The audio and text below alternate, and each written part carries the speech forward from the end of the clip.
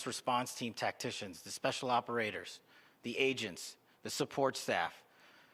You have done monumental work in historic time when the public, who had a right to demand such an expeditious solving of an investigation, the FBI answered that call diligently, critically important to our nation, and we delivered. And I'm proud to be their leader, and I'm proud to be the director of the FBI.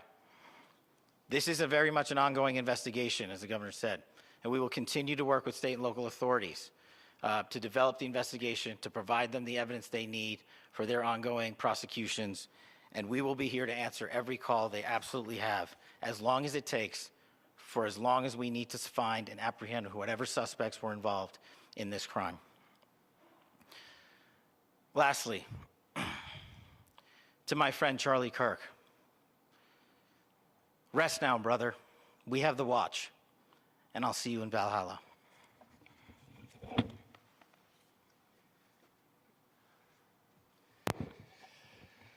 Thank you, and good morning. I would just like to take a few minutes as the sheriff to express my gratitude for everybody who has played a part in this investigation.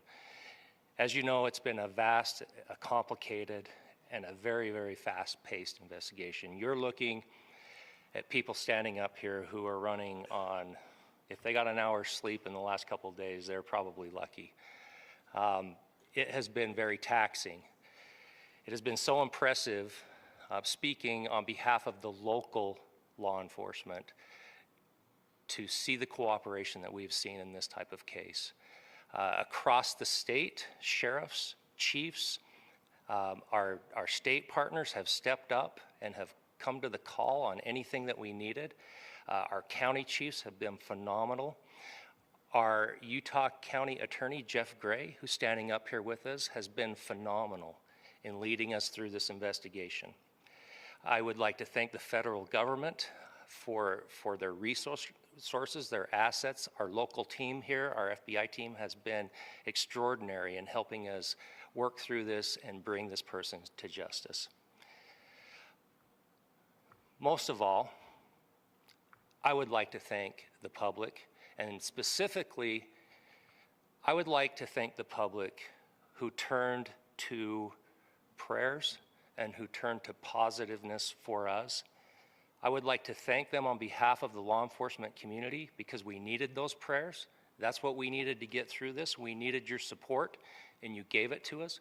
We needed your patience, and you gave it to us.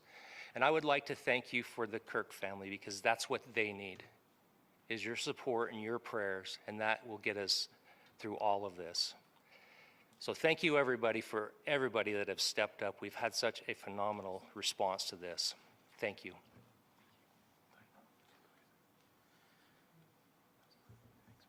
I also want to give a special thanks to the Attorney General and the Department of Justice. Their unwavering support and their commitment to justice is shown true here. And without AG Bondi and Deputy Attorney General Todd Blanche and the resources they brought to bear, we would not have been able to complete our mission. And I just want to say special thanks. It's an honor to be a part of the Department of Justice. Thank you again to our incredible law enforcement team who has worked so hard. Sheriff, I got a solid 90 minutes last night, so I'm probably the most well-rested person up here. Ladies and gentlemen, I get the microphone, so I hope you'll permit me a moment just to share a few more thoughts about where we are and how we got here, and maybe a little bit of where we go from here. I don't want to get too preachy, but I think it's important that we, with eyes wide open, understand what's happening in our country today. I've heard people say, well, why are we so invested in this? There's violence happening all across our country, and violence is tragic everywhere, and every life taken is a child of God who deserves our love and respect and dignity. This is certainly about the tragic death, political assassination of Charlie Kirk. But it is also much bigger than an attack on an individual. It is an attack on all of us. It is an attack on the American experiment. It is an attack on our ideals. This cuts to the very foundation of who we are, of who we have been, and who we could be in better times. Political violence is different than any other type of violence for lots of different reasons. One, because in the very act that Charlie championed of expression, that freedom of expression that is enshrined in our founding documents, in having his life taken in that very act, makes it more difficult for people to feel like they can share their ideas, that they can speak freely. We will never be able to solve all the other problems, including the violence problems that people are worried about, if we can't have a clash of ideas safely and securely. Even, especially those ideas with which you disagree. That's why this matters so much. Over the last 48 hours, I have been as angry as I have ever been, as sad as I have ever been. And it was, as anger pushed me to the brink, it was actually Charlie's words that pulled me back. I'd like to share some of those. And specifically right now, if I could, I need to talk to the young people in our state, in my state, and all across the country. As President Trump reminded me, he said, you know who really loved Charlie? The youths. And he's right. Young people loved Charlie, and young people hated Charlie. And Charlie went into those places anyway. And these are the words that have helped me. Charlie said, when people stop talking, that's when you get violence. He said, the weak can never forgive. Forgiveness is the attribute of the strong. The only way out of the labyrinth of suffering is to forgive. Welcome without judgment, love without condition, forgive without limit. He said, always forgive your enemies. Nothing annoys them so much. A few months ago, I referenced this last night, Charlie posted to social media, when things are moving very fast and people are losing their minds, it's important to stay grounded. Turn off your phone, read scripture, spend time with friends, and remember, internet fury is not real life. It's going to be okay. He again said, when you stop having a human connection with someone you disagree with, it becomes a lot easier to commit violence. He said, what we as a culture have to get back to is being able to have a reasonable agreement, where violence is not an option. Now, again, to my young friends out there, you are inheriting a country where politics feels like rage. It feels like rage is the only option. But through those words, we have a reminder that we can choose a different path. Your generation has an opportunity to build a culture that is very different than what we are suffering through right now. Not by pretending differences don't matter, but by embracing our differences and having those hard conversations. I think we need more moral clarity right now. I hear all the time that words are violence. Words are not violence. Violence is violence. And there is one person responsible for what happened here. And that person is now in custody and will be charged soon and will be held accountable. And yet, all of us have an opportunity right now to do something different. I want to thank my fellow Utahns. This bad stuff happens. For 33 hours, I was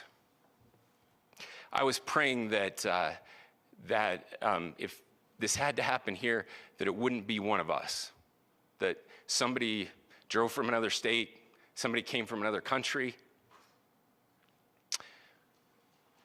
Sadly, that prayer was not answered the way I had hoped for, just because I thought it would make it easier on us if we could just say, hey, we don't do that here. And indeed, Utah is a special place. We lead the nation in charitable giving. We lead the nation in service every year. But it did happen here. And it was one of us. But I want you to look at how Utahns reacted the last 2 nights. There was no rioting. There was no looting. There were no cars set on fire. There was no violence. There were vigils and prayers and people coming together to share the humanity. And that, ladies and gentlemen, I believe is the answer to this. We can return violence with violence. We can return hate with hate. And that's the problem with political violence, is it metastasizes, because we can always point the finger at the other side. And at some point, we have to find an off-ramp, or it's going to get much, much worse. But see, these are choices that we can make. History will dictate if this is a turning point for our country. But every single one of us gets to choose right now if this is a turning point for us. We get to make decisions. We have our agency. And I desperately call on every American, Republican, Democrat, liberal, progressive, conservative, MAGA, all of us to please, please, please follow what Charlie taught me. I'll just conclude with words I share often from a friend and author Yuval Levin, who was asked if he was optimistic about our country. And he said, I'm not optimistic. He said, I hate optimism. Like, that sounds bad. But he said, optimism is a vice. It's this idea that good things are just going to happen. And he said, in the history of the world, good things have never just happened. He says, I'm not optimistic, but I am hopeful. And hope is the virtue that sits between the vices of optimism and pessimism. Hope is the idea that good things are going to happen because we can make them so. I still believe in our country. And I know Charlie Kirk believed in our country. I still believe that there is more good among us than evil. And I still believe that we can change the course of history. I'm hopeful because Americans can make it so. Ladies and gentlemen, we're happy to answer any questions you might have. Governor, can you speak to whether the suspect is speaking with authorities and his demeanor, Tyler Robinson, when he turned himself in? I cannot speak to that right now. Governor, how do you interpret the engravings on Casey? Well, I will leave that up to you to interpret what those engravings mean. I think the clearest one that says "catch fascist," there's not, and by the way, that's like catch like a ball, catch this. I think that speaks for itself. Governor, you indicated that he had been communicating. Please. Talk about this level of hatred that this person expressed in the dinner. Beyond that, is there anything in your view that you discovered that may have radicalized or changed him to prompt him to commit such a horrific? There's nothing more that we can share at this time. Governor, you indicated that he had been communicating with a friend on Discord about the gun. Do you anticipate any more arrests? We do not at this time have any information that would lead to any additional arrests. Do you believe he acted alone? Yes, but the investigation is ongoing. How he came into custody of police and where he is right now? Yes, so right now, Mr. Robinson has been booked into the Utah County Jail. You heard the president this morning report that he was taken into custody, that his family and a friend helped to deliver him into custody of law enforcement in Washington County. For those of you that don't know where Washington County is, it is the southwesternmost part of the state of Utah. It's about a 3.5 to 4 hour drive from here, where we are right now, and that's where he lived and where they turned him in. Please, go here. I can't share any more than what I've already shared. Yeah.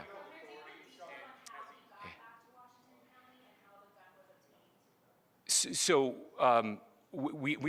how we obtained the gun? The gun was found here. So I don't have much more details on that. We do know that he drove. We had his car here on campus, and then we had his car going south back to the St. George. It's actually the city of Washington in Washington County. Is he talking with authorities, and did he discuss a motive? I'm sorry? We don't have any information that would lead us to believe that.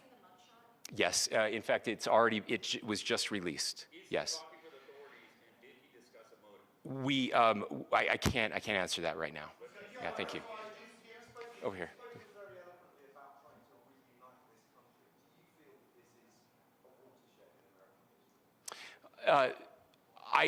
I absolutely believe that this is a watershed in American history, yes. The question is what kind of watershed?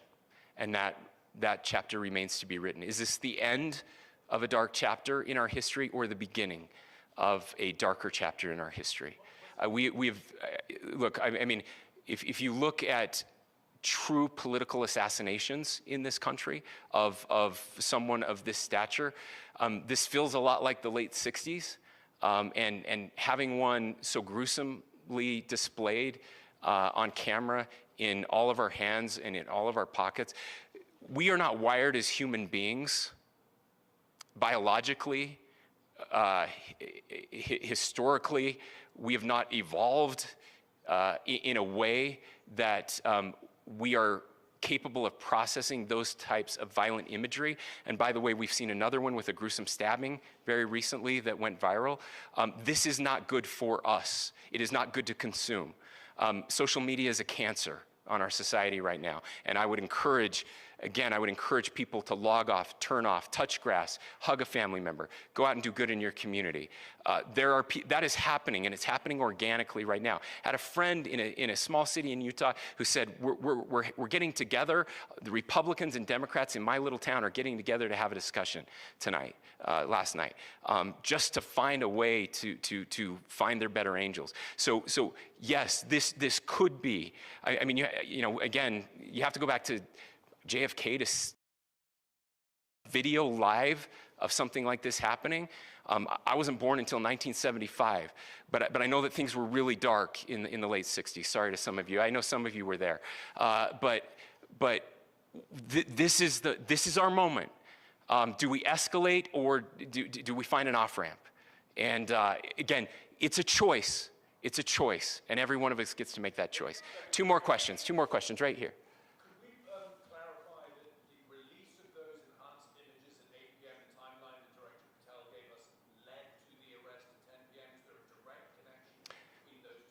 I cannot comment if there is a direct connection or not, but all I can say is that that through some process, the family came to know that this had happened. One more thing, Governor. Could you just clarify the clothing issue you mentioned earlier? Was he changing outfits? Correct. Yes. So when he's first spotted on campus, he has different clothing on, and then he changes clothing on the roof, and then changed back into that clothing at some point, so that when he was apprehended, when he was arrested, the clothing matched the clothing he had on before the shooting here at UVU. Last question here. Yes. Suspect was from Utah. Can you kind of tell us a little bit more about where, and was he a student here at this university, and is there any history of mental illness? Yeah. So I don't have any information on the mental illness part. He was not a student here at UVU. He was living and had lived for a long time with his family in Washington County, in the southernmost part of our state. Thank you, everyone, for your great work in getting this information out. I would just say, process-wise, this may be important. I know many of you aren't familiar with the process in Utah. I think it's important that you understand that. Basically, we have 3 days for charging documents to be filed. A CI will be filed. We'll have more information then, more detailed information as those charging documents are filed in preparation for a preliminary hearing. So 3 days. So we would anticipate then that early next week those charging documents will be filed. We will obviously be working. The county attorney will be working very closely with Mr. Kirk's family as those documents and decisions are prepared and made. Thanks, everyone.